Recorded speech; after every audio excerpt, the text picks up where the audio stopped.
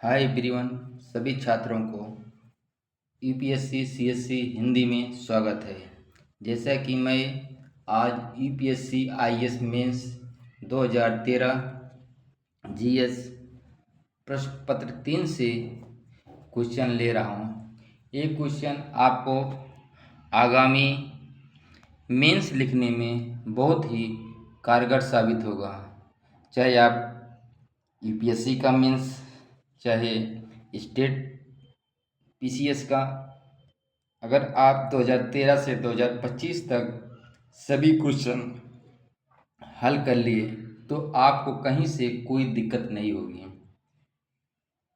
चलो अब आगे चलते हैं। प्रश्न नंबर 6 है, भारत में बेहतर पोषण और स्वास्थ्य सुनिश्चित करने के लिए खाद्य उपयोग में गुलाबी क्रांति प्रोन्नति हेतु उपायों को सुदृढ़ करने की आवश्यकता है। इस कथन पर आलोचनात्मक प्रकाश डालिए। 200 शब्दों में हमें इसका उत्तर देना है। अब हम भूमिका संक्षिप्त में देंगे क्योंकि हमारे पास समय का बहुत अभाव रहता है। गुलाबी क्रांति भारत में प्रसंस्कृत मांस उद्योग के विकास को संदर्भित करती है।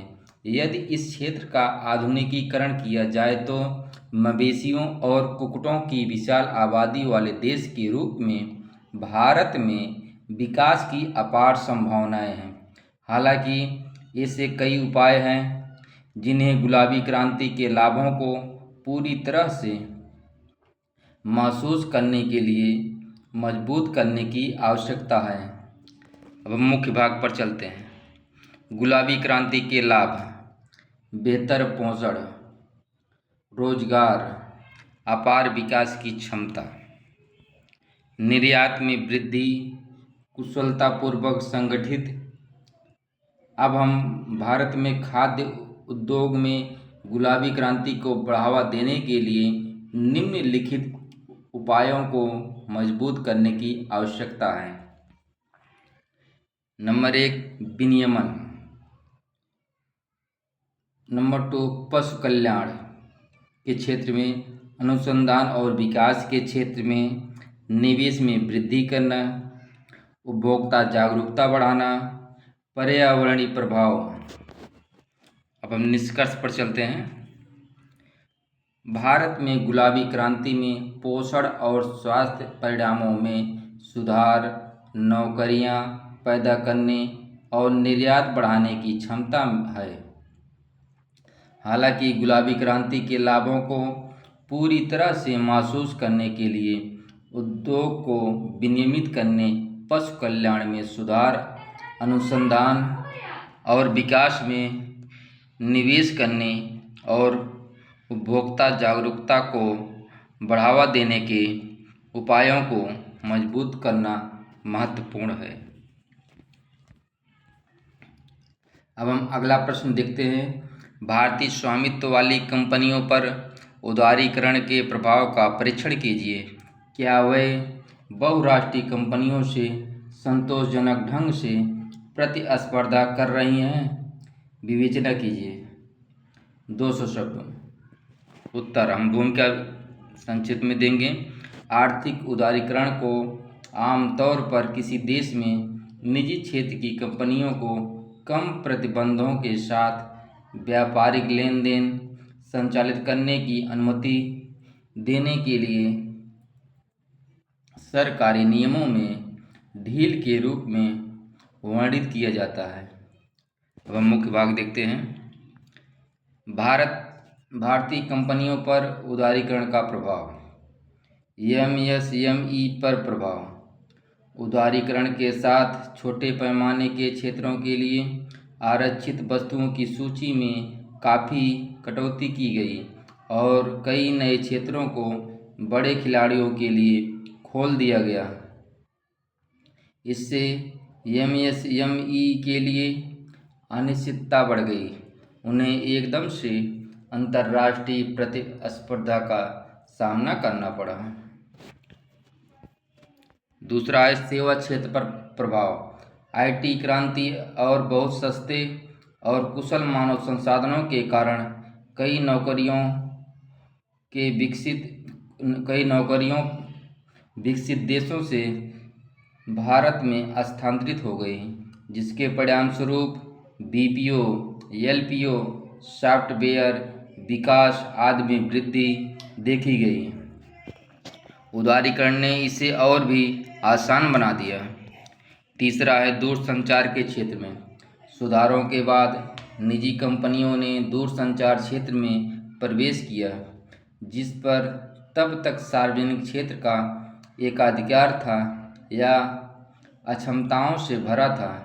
आधुनिक डायरेक्ट टू होम सेवाओं के प्रवेश से एक और टेलीविज़न सेवाओं की गुणवत्ता में सुधार हुआ और दूसरी ओर कई स्थानीय केबल ऑपरेटरों की आजीविका में कमी आई।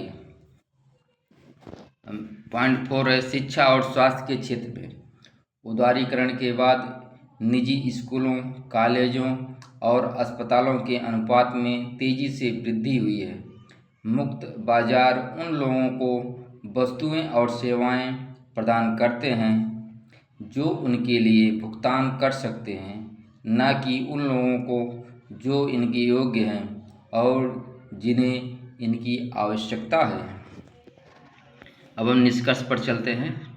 भारतीय मामलों में उदारीकरण शब्द का प्रयोग आर्थिक सुधारों की दिशा दिखाने के लिए किया जाता है, अर्थात राज्य का घटता प्रभाव और मुक्त बाजार का बढ़ता प्रभाव।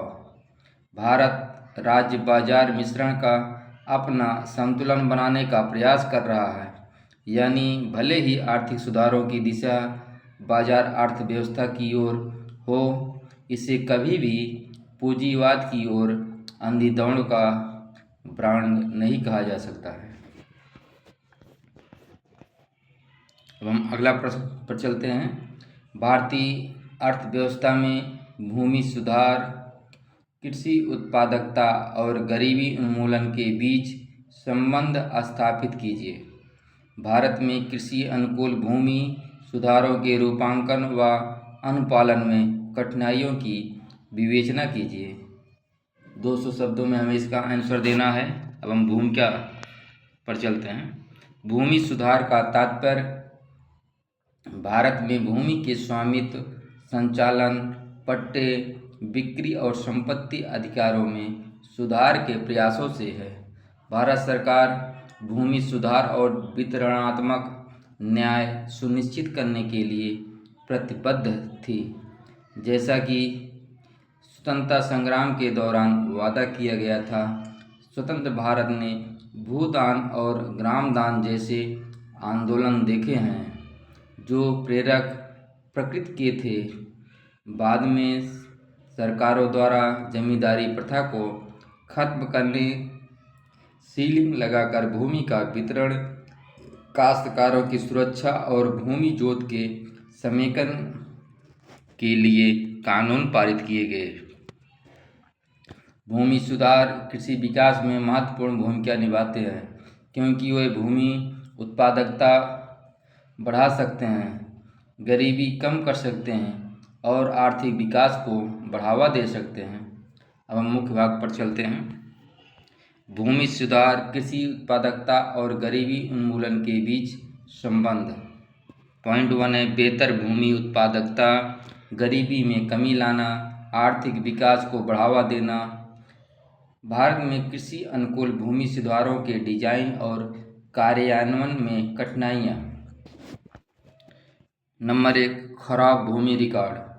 नंबर 2 कार्यान्वयन के मुद्दे। नंबर 3 है राजनीतिक इच्छा शक्ति की कमी, अधिशेष भूमि, पड़ती और बंजर भूमि है। 5वां कानूनी मुद्दे। निष्कर्ष, भूमि सुधार कृषि विकास में निर्णायक भूमिका निभाते हैं, क्योंकि वे भूमि उत्पादकता बढ़ा सकते हैं, गरीबी कम कर सकते हैं और आर्थिक विकास को बढ़ावा दे सकते हैं। उनकी सफलता के लिए भूमि सुधारों को ठीक से लागू किया जाना चाहिए। भारत को अब डिजिटलीकरण और वित्तीय समावेशन पर केंद्रित भूमि सुधारों की दूसरी पीढ़ी की ओर बढ़ना चाहिए। अब हम अगला प्रश्न देखते हैं।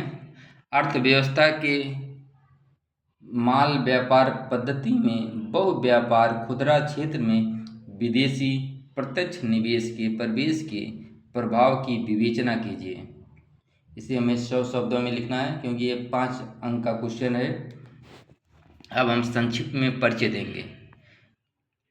बहु ब्रांड खुदरा मल्टी ब्रांड रिटेल में एफडीआई का उद्देश्य आपूर्ति श्रृंखला को सुदृढ़ करना, निवेश आकर्षित करना तथा उपभोक्ताओं को बेहतर विकल्प उपलब्ध कराना है। भारत ने सीमित शर्तों के साथ इस क्षेत्र में एफडीआई की अनुमति दी है। अब हम मुख्य भाग पर देखते हैं। सबसे पहले इसके सकारात्मक पहलू प्रभाव: आपूर्ति श्रृंखला में सुधार, कोल्ड स्टोरेज, लॉजिस्टिक्स एवं इंफ्रास्ट्रक्चर का विकास होता है जिससे बर्बादी कम होती है। किसानों को लाभ: बिचौलियों की भूमिका घटने से किसानों को बेहतर मूल्य मिलता है। रोजगार सृजन: आधुनिक रिटेल, वेयर हाउसिंग और लॉजिस्टिक्स में नए रोजगार अवसर उत्पन्न होते हैं। चौथा, उपभोक्ता हित: प्रतिस्पर्धा बढ़ने से कीमतों में कमी एवं गुणवत्ता में सुधार होता है। अब हम नकारात्मक प्रभाव देखते हैं। छोटे खुदरा व्यापारियों पर दबाव: किराना दुकानों का अस्तित्व प्रभावित हो सकता है। बाजार पर नियंत्रण: बड़ी कंपनियों द्वारा एकाधिकार की आशंका। ग्रामीण असंतुलन: शहरी क्षेत्रों में अधिक निवेश से क्षेत्रीय असमानता बढ़ सकती है। अब हम निष्कर्ष पर चलते हैं। एफडीआई का प्रभाव मिश्रित है। उचित नीतिगत नियमन, स्थानीय व्यापारियों की सुरक्षा एवं समावेशी विकास के माध्यम से इसके लाभ अधिकतम किए जा सकते हैं। अब हम अगला प्रश्न देखते हैं कि खंड बी। यद्यपि भारत ने सितंबर 2012 में संयुक्त संधि मार्ग द्वारा बहुमार्ग का खुदरा कहलाने वाले व्यापार में विदेशी प्रत्यक्ष निवेश को स्वीकृति दे दी थी, इस निवेश में 1 वर्ष पश्चात भी कोई उन्नति नहीं हुई। कारणों की विवेचना कीजिए, साथ ही इसके सकारात्मक एवं नकारात्मक पहलुओं को भी स्पष्ट कीजिए। अब हम संक्षिप्त में परिचय देंगे। सितंबर 2012 में भारत सरकार ने बहु ब्रांड खुदरा क्षेत्र में 51% तक एफडीआई की अनुमति दी। इसका उद्देश्य आपूर्ति श्रृंखला को सुदृढ़ करना, कृषि उत्पादों की बर्बादी कम करना तथा उपभोक्ताओं को बेहतर विकल्प प्रदान करना था। किंतु प्रारंभिक 1 वर्ष में अपेक्षित निवेश नहीं आया। मुख्य भाग: उन्नति न होने के कारण नीतिगत अनिश्चितता एवं राजनीतिक विरोध ने निवेशकों का विश्वास कम किया। राज्यों की स्वीकृति अनिवार्य होने से कई बड़े बाजार बंद रहे। कठोर शर्तें जैसे 30% स्थानीय सोर्सिंग न्यूनतम निवेश बाधक बनी।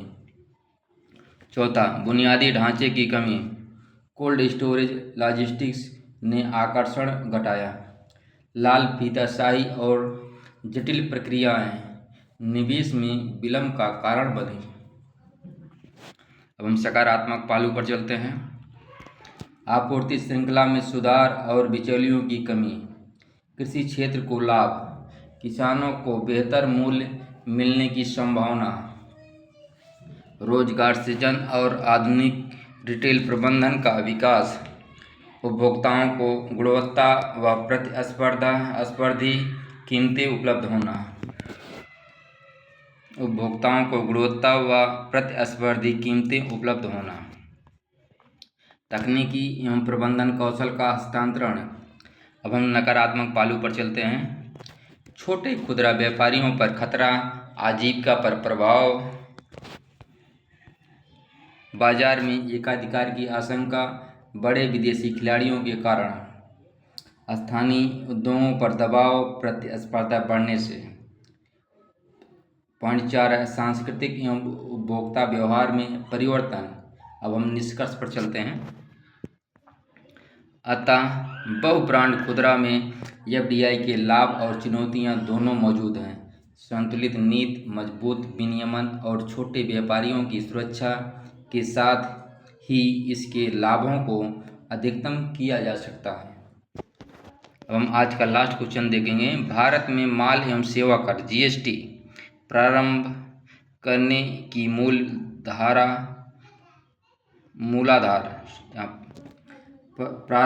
की मूलाधार की विवेचना कीजिए।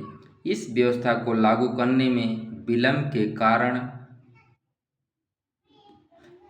के कारणों थोड़ा टाइपिंग में मिस्टेक हुआ है। विलंब के कारणों का समालोचनात्मक वर्णन कीजिए। 200 शब्दों में हमें इसका आंसर लिखना है।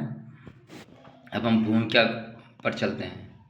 वस्तु एवं सेवा कर जीएसटी एक अप्रत्यक्ष, व्यापक, बहुस्तरीय, गंतव्य आधारित कर है जो प्रत्येक मूल्यवर्धन पर लगाया जाता है। जीएसटी ने केंद्र और राज्य सरकारों द्वारा लगाए जाने वाले कई अप्रत्यक्ष करों की जगह ले ली है, जिसने कराधान परिदृश्य को बदल दिया है। अब हम मुख्य भाग पर चलते हैं। जीएसटी के पीछे तर्क पहले देखते हैं। विभिन्न कराधान दरें। विभिन्न राज्यों की कर दरों के बीच एकरूपता का अभाव है, जो वस्तुओं के राष्ट्रीय बाजार के निर्माण में बाधा डालता है। दूसरा है व्यापक प्रभाव। एकाधिक करों के परिणामस्वरूप व्यापक प्रभाव पड़ता है और इसलिए व्यवसायियों और अंतिम ग्राहकों पर अधिक बोझ पड़ता है। इससे व्यवसाय कम लाभदायक हो जाता है। वस्तुओं और सेवाओं अब एकीकृत हैं। एक राष्ट्र एक कर से करदाताओं के लिए व्यापार करने में आसानी होगी। इस प्रकार वस्तु एवं सेवा कर में केंद्रीय और राज्य स्तर पर सभी अप्रत्यक्ष करों को दो समान दरों अर्थात केंद्रीय जीएसटी और राज्य जीएसटी के साथ समाहित करने का प्रस्ताव किया गया था। अब हम इसके कार्यान्वयन में देरी के कारण समझते हैं।